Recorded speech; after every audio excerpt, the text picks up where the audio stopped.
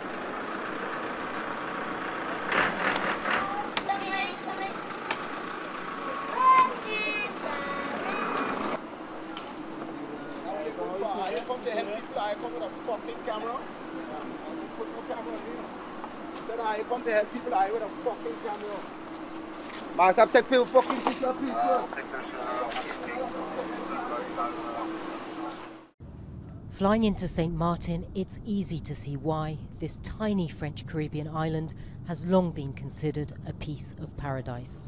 Coming into land, though, it's a different story. This place has been devastated by Hurricane Irma. At the airport, French police and soldiers were busy overseeing what has become a huge emergency operation. Emergency services had to work very hard to clear all the debris from this runway. And planes like this have been coming in with aid and leaving with the sick and the injured.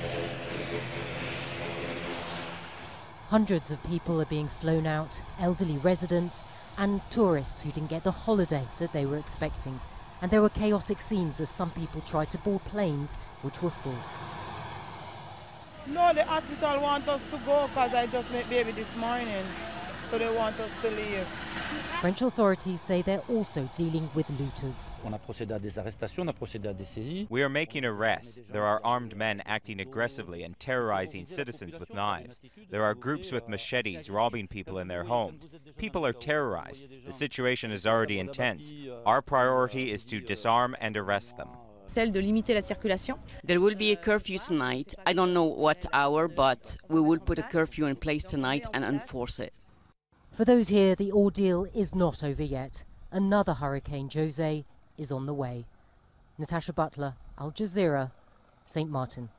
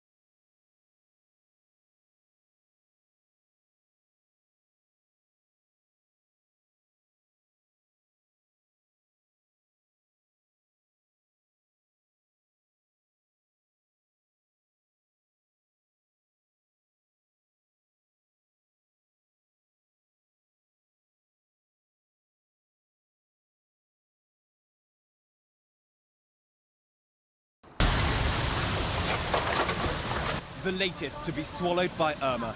Overnight, Turks and Caicos devastated. A small island home to nearly 35,000 people, battered with rolling blackouts, shredded rooftops and flooded streets. But we have seen nothing but worse in the last hour and a half. 165-mile-per-hour winds ravaging this hotel. The thought of needing a life jacket is not the most comforting thing. Tourists barricading doors, even hunkering down in bathrooms. We made 2 bunkers. One in here.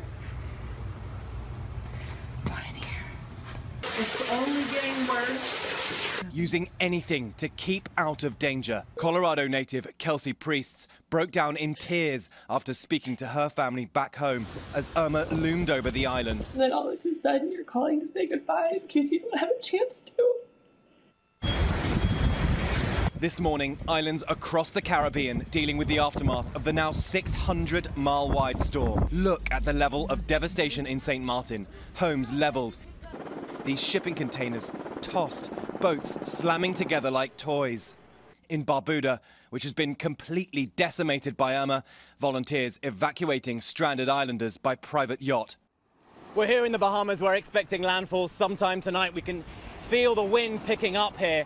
And the thing is these islands sit very, very close to the water, so the worry is that storm surge coming in. David?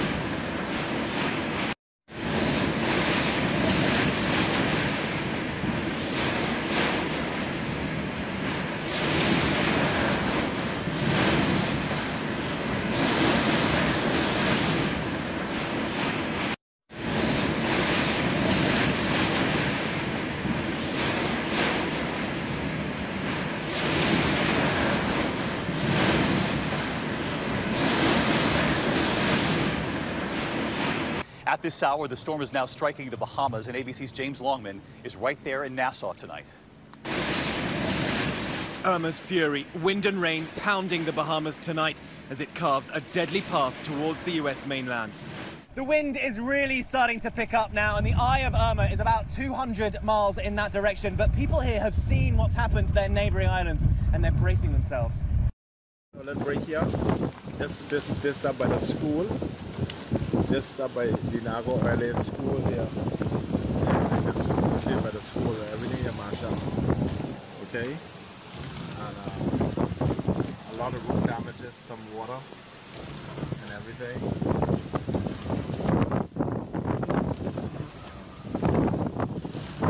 But otherwise than that, we're doing the best we could. See by the school, a lot of shingles and stuff going by the school, but that could be repaired. Right? But we're still having a lot of rain now. We're still having a lot of rain, a lot of strong wind, so people are still indoors. Okay?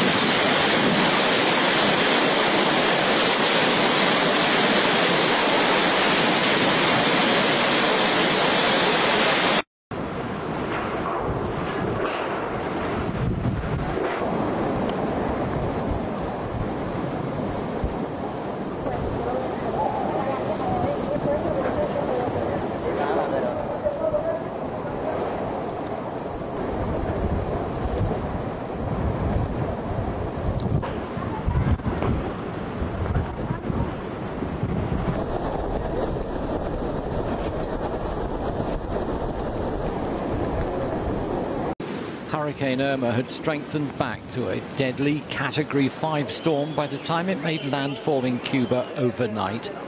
It's still making its slow, destructive way along the island's northern coast, blowing off roofs, downing power and telephone lines, and causing widespread flooding. Many areas are now without electricity. The huge storm surges flooded the fishing town of Caibarien, sending water half a kilometre inland. 24 hours ago, it looked as if the capital, Havana, would escape the worst of the storm, with Hurricane Irma heading north towards Florida long before it got here. It didn't happen, and now we're starting to feel the effects. This is Havana's seafront boulevard, El Malecon, facing waves between 5 and 7 meters high. The hurricane warning for the capital was only given on Saturday morning, offering little time for people to try and make their properties safe. But pre-planned shelters quickly filled up with hundreds of people evacuated from those areas most at risk from flooding. I'm here because of the cyclone and the bad conditions at my home, which can easily collapse, so here we are. The shelter is excellent. As soon as we arrived, we were given food. I have no complaints. This is just the start for Havana. The storm is expected to intensify well into the night, with fears that the sea will penetrate several blocks inland. Thousands of tourists were evacuated in advance from those resorts which were most at risk, and there are reports of hotels damaged along the northern coast. Elsewhere, tourists are trying to ride out the storm confined to hotel lobbies or their rooms. It's too early to assess the extent of the damage, but the effects extend throughout much of eastern and central Cuba. It's a huge storm. Tropical storm force winds extend for 300 kilometers from the eye of Hurricane Irma, and towns on the south coast, such as Cienfuegos, have also been affected. So far, though, there are no reports of fatalities. Michael Voss, CGTN, Havana.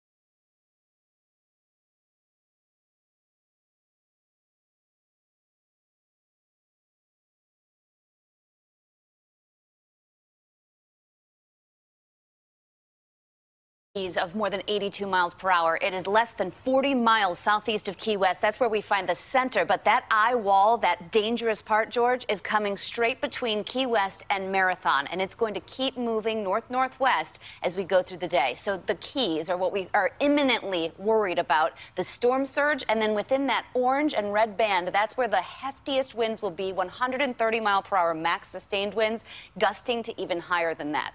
So the water's already piling up. I'm concerned about the track because it has shifted even farther west, and this means and why isn't that good news? Because I know going to the water, yeah. Away from land, there's a lot of warm water. So we're in the upper 80s for water temperature, so there's plenty of time for intensification. The Keys aren't going to stop it. Those are too small of pieces of land. Hurricanes hate friction, so that means that anything like land would break it up. If it stays open ocean, you have strength. And so that's why it's not a good thing. And that's why the surge could be even heftier for places like Marco Island or right up through Naples, up the beaches of Fort Myers. And that's why storm surge, the greatest loss of life and property, still looks like it could be 5 to 8 feet for Tampa, but 10 to 15 feet for places south of Anna Maria Island, including Captiva and Sanibel. Those places, those little slivers of land, will get it twice. Once on the front end, once on the back. And even 5 to 8 feet in a city like Tampa, very dangerous. Oh, so dangerous. On top of the rain, we could see 10 to even 20 inches of rain in some of these places. The wind speeds, we just thought this was to see the projected wind speeds between 7 p.m., 116 in Naples, 70 in Tampa, 52 in Orlando. The wind field is giant. It covers the entire peninsula of Florida and gets up into Georgia, even as we get through the day on Monday. So this is a storm that's going to be with us for at least 48 hours. Tornado watch. We've already seen confirmed tornadoes, as you were mentioning, some large and very dangerous. That will continue today all the way up through Vero Beach, those outer bands. And finally, the rainfall, just to give you an idea of how far north that stretches. A place like Melbourne could even see 10 inches of flooding rains. Okay, Ginger, stand by. The immediate threat, as you said, Key West.